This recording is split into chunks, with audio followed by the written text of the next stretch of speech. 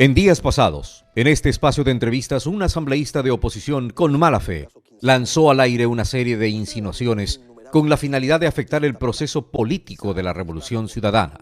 Insinuaciones que han dado lugar a la creación de mentiras abiertas alrededor de la situación académica de altos funcionarios gubernamentales y de exfuncionarios. Por tanto, en honor a la verdad y por respeto a los mismos televidentes de este canal, es necesario aclararlas para que la verdad quede completamente establecida. Galo Lara, asambleísta de Sociedad Patriótica en Ecuavisa. En la Faxo de Guayaquil, los señores Fernando y Vinicio Alvarado, en el primer año de la Faxo, no tienen nota. Y hoy día le voy a remitir la carta con esa certificación al presidente de la República para que nos expliquen al país cómo es que estos revolucionarios no tienen notas. Galo Lara insinúa que tanto el secretario general de la Administración Pública, Vinicio Alvarado, como el secretario nacional de Comunicación, Fernando Alvarado, poseen, por decirlo menos, una cuestionada hoja académica. Lo insinúa así. La Faxo, el señor rector de la Faxo, quien nos entregó este documento, tiene que decirnos por qué no tienen nota en los primeros años, don Fernando y don Vinicio Alvarado. Pero el asambleísta Lara se olvidó de un pequeño detalle, que el ahora secretario de Administración Pública, Vinicio Alvarado, llegó a segundo año de otra facultad. El decano de la Facultad de Comunicación de Guayaquil, Héctor Chávez. Los profesionales que venían de otra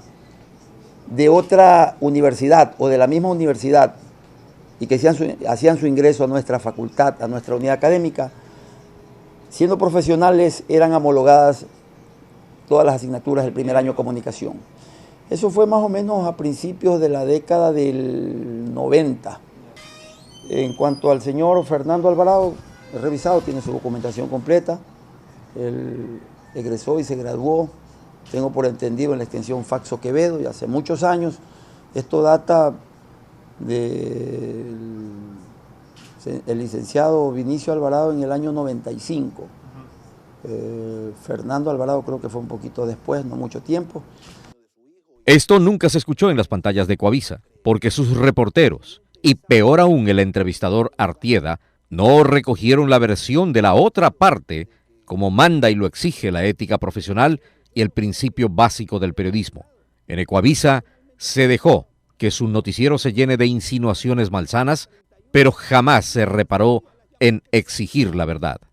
En cuanto a los hermanos Alvarado Espinel, en su proceso de enseñanza-aprendizaje en esta unidad académica, yo no le veo ninguna irregularidad, salvo las notas en blanco, como le explicaba, del primer año de comunicación, que en aquel entonces eran homologados para quienes venían de otras universidades como profesionales o de otras unidades académicas como profesionales, como fue el caso del licenciado Vinicio Alvarado Espinel.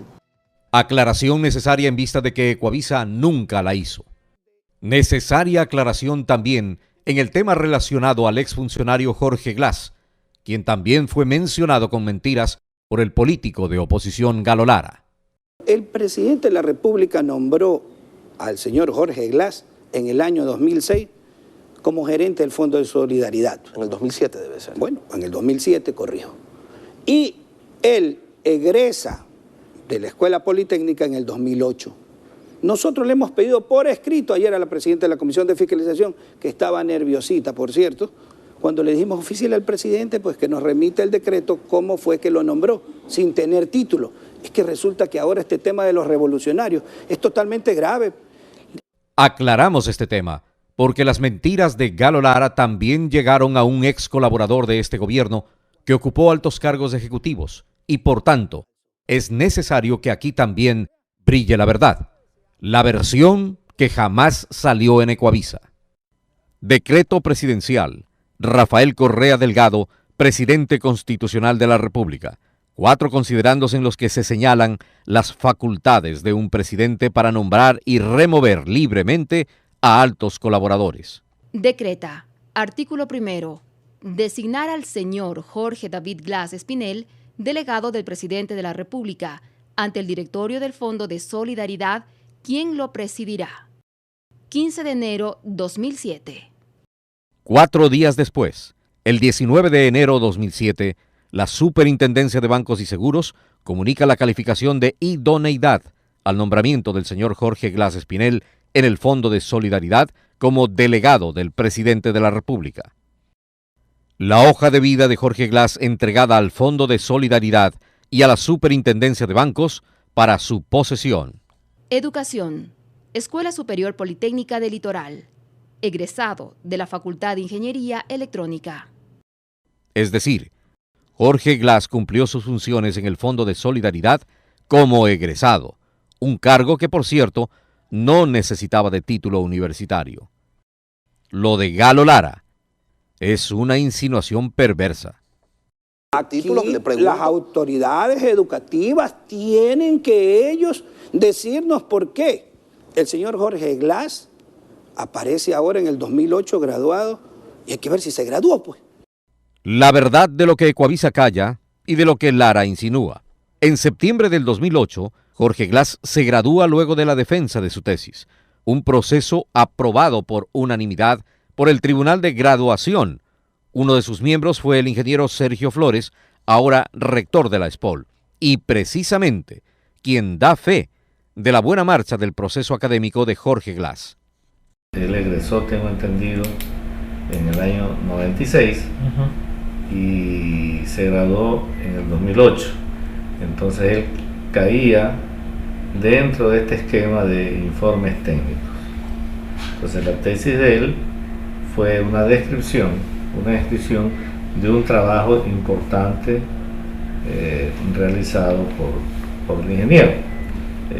Y ese trabajo pues es la implementación de una red de última milla inalámbrica de transmisión de datos a nivel nacional para servicios portadores.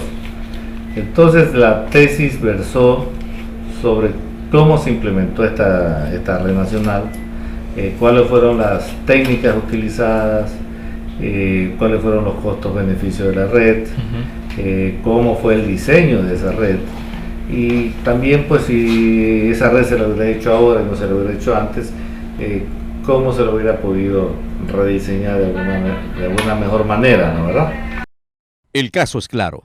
Un estudio sobre la aplicación de normas técnicas en todas las provincias del país. Informe único en su clase. El tema en este caso que es la implementación de una red de última milla, y como le decía, es un trabajo profesional. Y yo dudo porque ese trabajo profesional haya sido hecho por otro, ¿no, verdad? Como para decir que se plagió ese trabajo. Seamos más claros y recurramos para ello a la explicación objetiva del ingeniero Pedro Vargas, profesor politécnico desde 1976, director de tesis y miembro del Tribunal de Graduación de Jorge Glas y Luis Calle.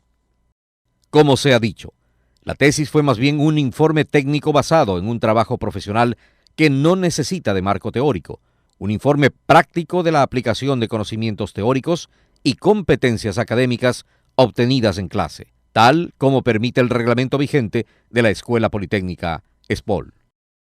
Se dice ahora que en la tesis informe técnico no se respeta la ley de propiedad intelectual al abordar sobre la tecnología Spectrum. Sin embargo, esta desde 1942 es de dominio público y puede ser utilizada libremente. También, con mala fe, se manifiesta que el informe técnico de Jorge Glas constituye un plagio de otra tesis de la misma ESPOL, pero lo que no se dice es que los conceptos que son incluidos en la tesis de Glas son claramente señalados como citas en todo el estudio. Por ejemplo, en el concepto de espectrum ensanchado, aquí una pequeña muestra. Conceptos, citas y su respectiva bibliografía. El mismo director de tesis y profesor de la ESPOL, Pedro Vargas, lo resume claramente. Reitero que el valor de la tesis de los ingenieros Glas y Calle fue la implementación práctica de una teoría ya conocida hace más de medio siglo. En base a toda la evidencia y explicación mostrada, podemos concluir que no existe plagio ni atentado contra derechos de autor, que inclusive el capítulo de descripción del marco teórico de esta tecnología de más de medio siglo pudiese no ser incluida, y con ello el valor de la tesis permanece intacto, ya que su fundamento es la parte práctica, En resumen, el informe técnico es práctico y tiene validez. Anotamos además que el jurado de la ESPOL en la graduación calificó de sobresaliente la exposición y contenido de la tesis, que entre otras cosas fue un proyecto desarrollado para una entidad bancaria, además de obtener un alto reconocimiento internacional. Esta es la verdad que nunca salió en Ecuavisa, cuyo noticiero jamás buscó las versiones de los afectados. Noticiero que jamás se acercó a los directores académicos. Noticiero que manejó este tema tan delicado con una sola versión, la versión de la mentira. Esta es la verdad a las perversas insinuaciones de un cuestionado político de oposición, Galo Lara. Esta es la verdad que deben conocer los ciudadanos, la verdad que trata de ser silenciada en los grandes medios mercantilistas y por la desesperación de los políticos de oposición.